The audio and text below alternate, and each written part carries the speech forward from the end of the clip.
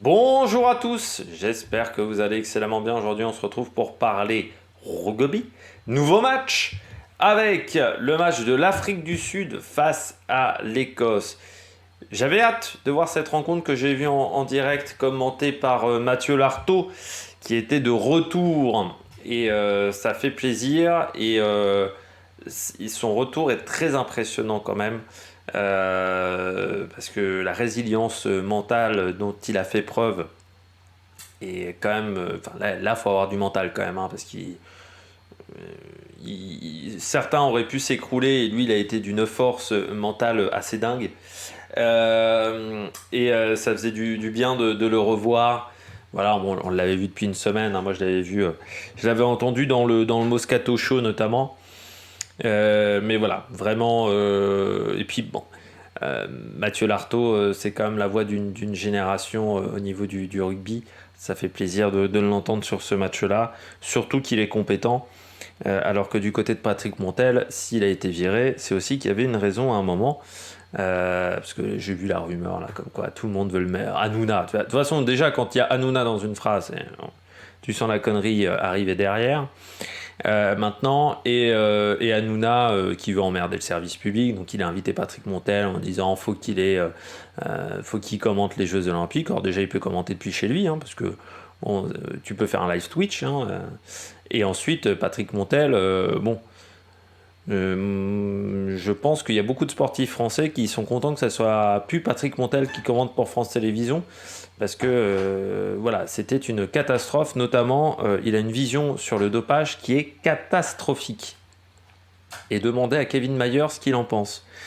Je suis pas sûr même que Kevin Mayer aille sur le plateau de France Télévisions s'il y a Patrick Montel. Tu vois, je pense que si Patrick Montel était resté à France Télévisions, je pense que Kevin Mayer il monterait plus sur le plateau de France Télévisions. Bon, et puis en plus, il y avait un nombre d'erreurs dans ses commentaires qui était assez formidable les dernières années, hein. C'était pépite, hein, pépite sur pépite, hein. Si vous vous plaignez de Guillaume Di Grazia sur le cyclisme, disons, écoutez du Patrick Montel sur les dernières années, c'était un enfer. Bon, n'hésitez pas à vous abonner à la chaîne, à réagir dans les commentaires, à mettre un pouce bleu, à partager la vidéo sur les réseaux sociaux, notamment auprès de vos proches, sûrement c'est que ça peut les intéresser. EPS 2.0, c'est sur les plateformes de podcast. Si vous avez les moyens et que vous voulez soutenir mon travail, TikTok, et puis vous pouvez faire un super thanks également. Et on commence tout de suite avec Afrique du Sud, pardon, Écosse, dans cet ordre-là, c'est beaucoup mieux. J'avais hâte de voir ce match parce que l'Écosse, c'est une équipe intéressante et que l'Afrique du Sud, je voulais voir si le rouleau compresseur sud-africain était bien en place. Il est bien en place, le rouleau compresseur sud-africain, parce que les Écossais n'ont pas existé de la rencontre. Ils ont été débordés dans tous les secteurs du jeu, débordés physiquement. Voilà, ils ont eu occupation sur l'ensemble du match, 59-41 pour l'Afrique du Sud, possession sur l'ensemble du match, 54-46, qui a été stable sur les demi-temps. Et puis, vraiment un match où, pour te dire, du côté de l'Écosse, ça a été très très difficile, quoi. 57 franchissements de la ligne d'avantage du côté des Sud-Africains. Voilà. Et ça, c'est assez formidable. 66 rucks gagnés, 4 mauls gagnés également, contre un seul du côté des Écossais. Donc il y a vraiment une domination de l'Afrique du Sud qui a un peu relâché en fin de match. Mais vraiment, les Écossais n'ont rien eu à se mettre sous la dent, à part une petite pénalité de Finn Russell. Je commence tout de suite avec l'Afrique du Sud. Ce qui m'a plu, c'est le meilleur pack, c'est le meilleur 8 du monde. Voilà. Là, il y a. Enfin, vraiment. Et pourtant, l'Écosse, c'est pas. Ils sont pas mauvais dans ce domaine-là, hein. Parce que, quand même, du côté de l'Écosse, t'as Richie Gray, Fagerson, Schumann, Gilchrist, Ritchie, qui sont quand même des très bons joueurs. Sauf que de l'autre côté, les 8, c'est des stars. Dans les 8, tu as quasiment 5 meilleurs joueurs à leur poste. Enfin, c'est assez exceptionnel quand même, ce qu'ils sont capables de mettre en paquet d'avant. Et puis tu te dis, bon, Oui, c'est les titulaires, les remplaçants ils sont moins bons. Les titulaires, c'est du même niveau.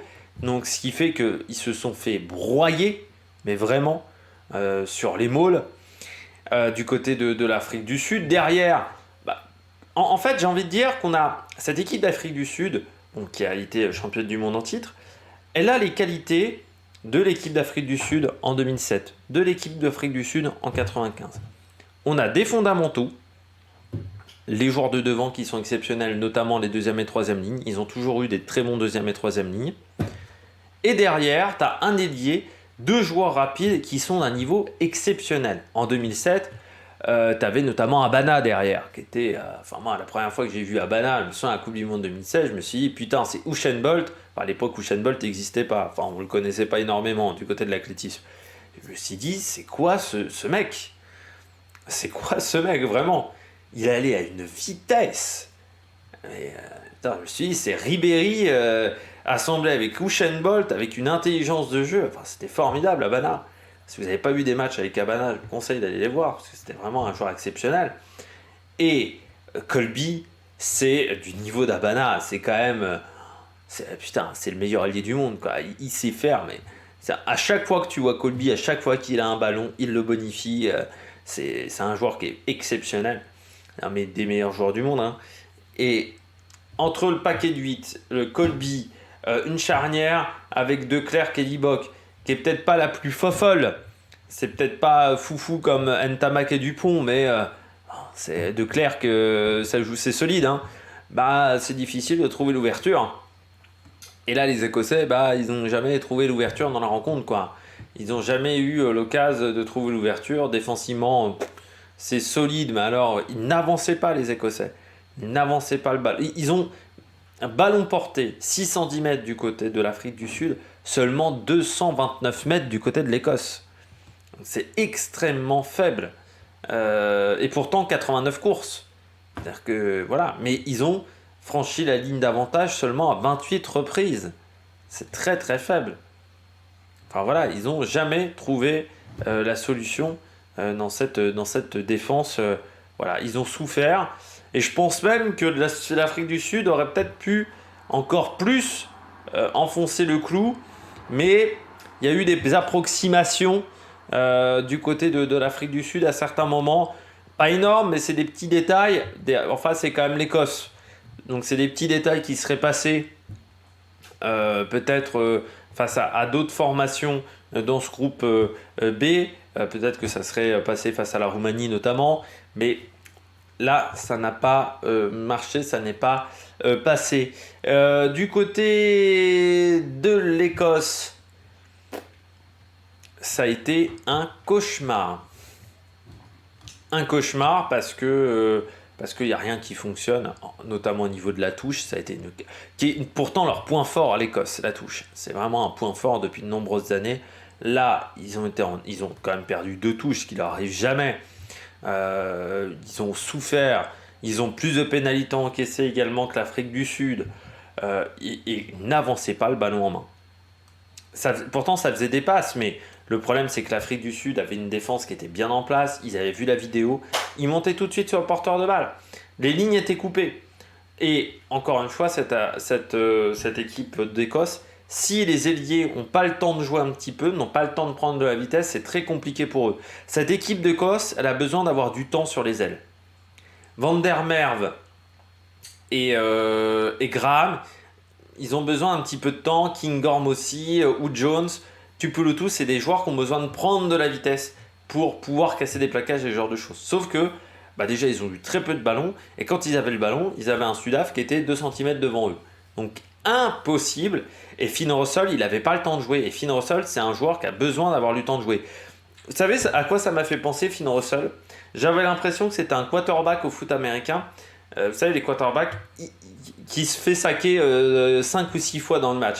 Qui a sa ligne pour le protéger, qu'il ne défend absolument pas. Et Finn Russell, le nombre de fois où il s'est pris des plaquages, mais alors de l'enfer, notamment, je crois qu'il y a un moment, c'est pas du Toit qui le défonce. À un moment, il se fait exploser en deux. Finn Russell, il n'a jamais eu le temps de jouer. Et il était tout le temps à être obligé de jouer vite, vite, vite, vite, vite, mais toujours dans la précipitation. Donc il ne pouvait pas produire son jeu. Et ça ne l'a absolument pas fait. Et en plus, je pense que c'était pas du grand financier, mais à cause de ça. Vraiment, il était tout le temps mis sous pression. Ils n'ont jamais eu de temps pour mettre en place leur jeu. Et voilà, et ça a été très difficile pour l'Écosse. Il y a deux équipes qui ont eu un premier match très compliqué. Il y a eux et l'Argentine, parce que l'Argentine face à l'Angleterre, ils n'ont pas vu le jour, et l'Écosse face à l'Afrique du Sud n'a pas vu le jour du tout. Il y a deux équipes qui ont été vraiment en grande difficulté, c'est ces deux nations de rugby, enfin deux grandes nations voilà, qui ont été mises en difficulté. Je ne parle pas de la Roumanie ou de la Namibie face à l'Italie, et encore la Namibie a pu mettre en place certaines choses, mais voilà, dans les grosses nations, c'est eux qui ont été le plus en difficulté. On passe au joueur du match. Du côté de l'Afrique du Sud, je l'ai marqué là. J'ai mis Colby. Voilà, parce que lui, dès qu'il a le ballon en main, c'est fantastique. Enfin voilà, c'est vraiment... c'est une machine de guerre. En flop, j'ai mis Franco Mostert. Pour un point, c'est que l'Afrique du Sud, ils sont toujours à la limite du règlement. En 2007, c'était pareil. C'est une équipe, ils sont toujours à la limite. C'est toujours à la frontière entre ce qui est autorisé par le règlement et ce qui n'est pas autorisé par le règlement. L'un des spécialistes, c'était Botha, dans les deuxième et troisième lignes, qui découpait des têtes. Botha, à l'époque, dans les rugs, c'était un peu moins sécurisé qu'aujourd'hui. Et Mostert, il est toujours à l'extrême limite. Et c'est ça qui m'emmerde un peu avec l'Afrique du Sud, c'est que c'est toujours à la limite du règlement. Tu sens qu'ils sont toujours sur la ligne jaune.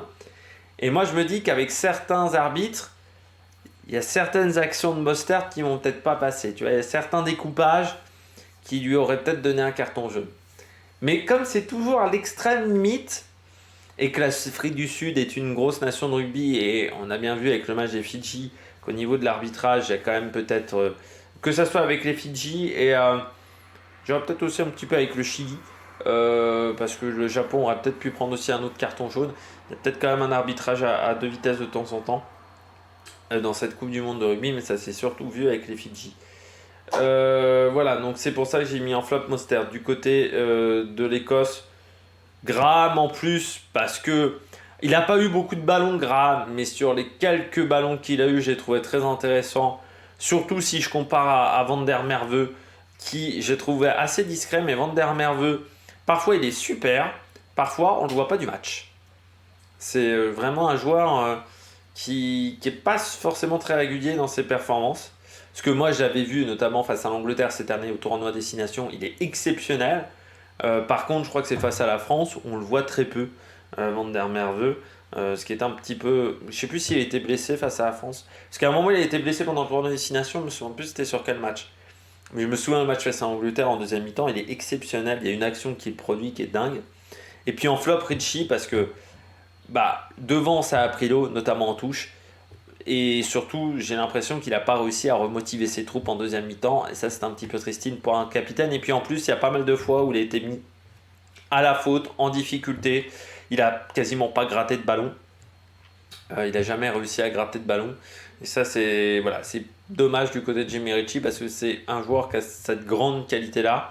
Et là, il a été mis en difficulté, mais un peu comme toute son équipe qui a souffert. Eh bien, je crois qu'on a fait le tour de cette rencontre. N'hésitez pas à vous abonner à la chaîne, à réagir dans les commentaires, mettre un pouce bleu. Puis nous, on se retrouve pour des nouvelles aventures sur la Mec Production. Ciao, ciao!